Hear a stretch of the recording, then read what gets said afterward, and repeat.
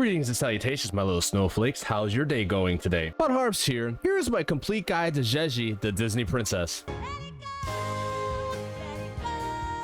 Now let's talk about Zhezhi's combat skills. Zhezhi's ground basic attack consists of 3 hits. Zhezhi's heavy attack does nothing special unless you have at least 1 bar of her forte circuit full, and use it after the 3rd ground basic attack, which will create a phantasmic imprint behind the enemy. Zhezhi's air combo has 2 attacks, but if you use heavy attack in the air with 1 stack of forte, Zhezhi will create a phantasmic imprint behind the enemy in the air. Zhezhi's resonant skill is completely useless unless you have 2 full bars of your forte circuit full. If you do have 2 4 bars full, you will create 2 imprints side by side of the enemy that you are attacking on the ground. If you hold resonance skill, the imprints will be in the air side by side of the enemy that you are attacking. Also, pressing basic attack right after resonance skill will create an imprint directly behind the enemy on the ground.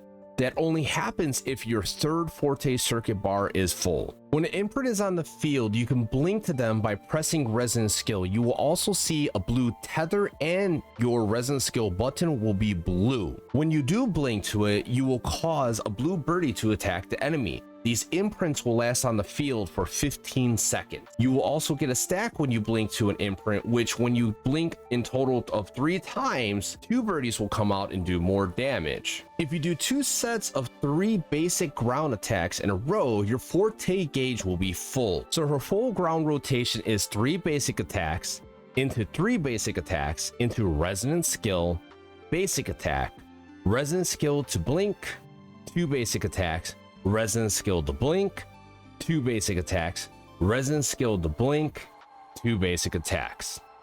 Then you can restart the combo, but starting from the first resonance skill. If done correctly, your forte gauge will be full and you won't ever have to refill her forte gauge with this combo again. You could do this in the air as well, but only doing 1 basic air attack into blink, basic attack into blink, basic attack into blink.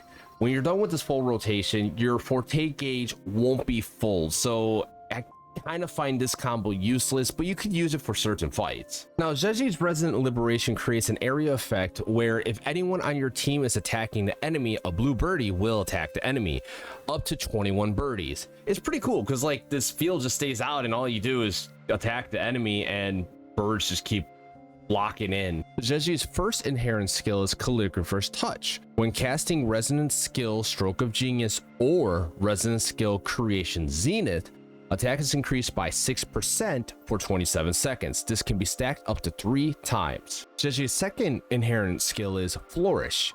After outro skill is casted, restore 15 resonance energy to the incoming resonator. Zhezhi's weapons. Her best weapon is going to be her signature weapon called Rime Draped Sprouts. What it does is it increases attack by 12%. Using resonance skill gives the equipped resonator 12% basic attack damage bonus for 6 seconds, stacking up to 3 times.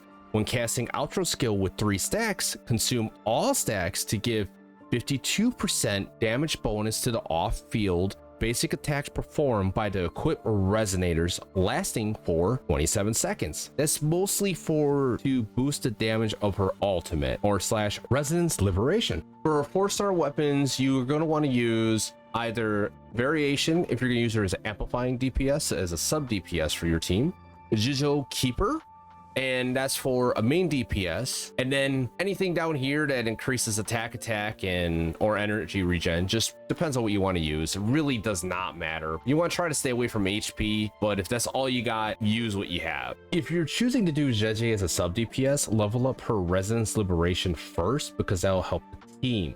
If you're going to use her as a solo, you're going to want basic attack and Resonance Liberation and level everything in between as you can.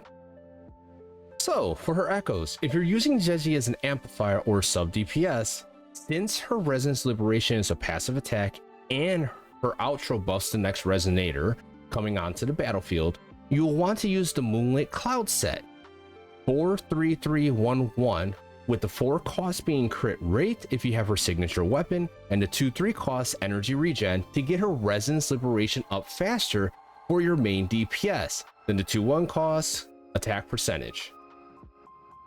If you are a madman like I am and like to solo everything in the game with every new resonator that comes out, you're going to want to run the glacial set 4-3-3-1-1.